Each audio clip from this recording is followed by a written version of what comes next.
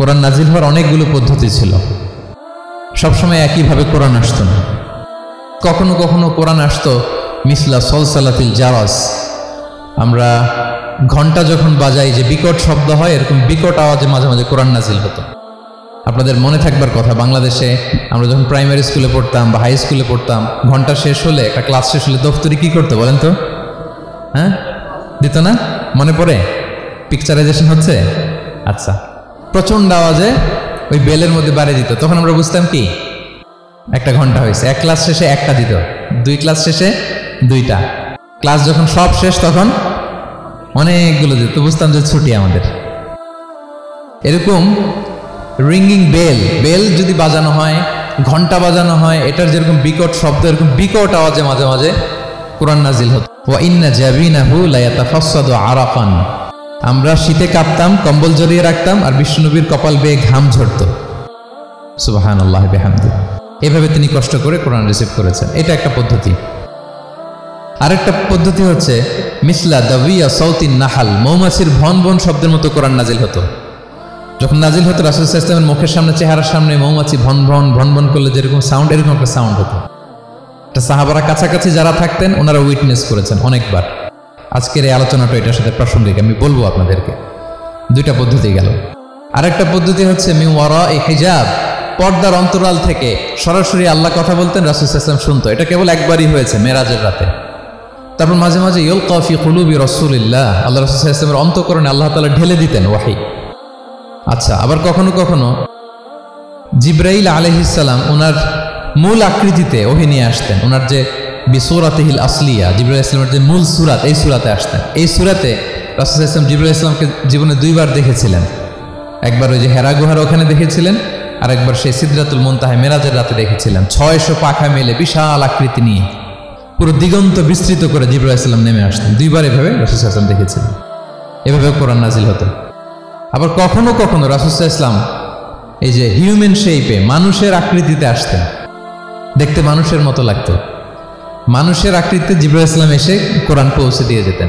বিষ্ণু সাল্লাল্লাহু আলাইহি ওয়াসাল্লাম বলতেন, এই প্রসেসে ওহী রিসিভ করা আমার জন্য সবচেয়ে সহজ ছিল। এটা তো খুব স্বাভাবিক, ন্যাচারাল, যে একজন মানুষ এসে আমার সাথে কথা বললে, মানুষ মানুষের সাথে কথা বলবে, এটা তো খুব ফ্লেক্সিবল হবে, কমফোর্টেবল হবে। তো মুসনাদে আহমদ ইবনে হাম্বল একটা হাদিস এসছে, ওমর ফারুক রাদিয়াল্লাহু তাআলা আনহু এই হাদিসটা বর্ণনা করেন। মৌমাছির ভনভন ভনভন শব্দ শুনতে পেলাম, কিন্তু তাকিয়ে দেখি কোনো মৌমাছি নাই। তখন বুঝলাম যে রাসূল সাল্লাল্লাহু আলাইহি ওয়াসাল্লাম ওহী রিসিভ করছেন। কি রিসিভ করছেন? ওহী রিসিভ করছেন। ঠিকই রাসূল সাল্লাল্লাহু আলাইহি ওয়াসাল্লাম কিবলামুখী হলেন, ফাস্তাকবালাল কিবলা।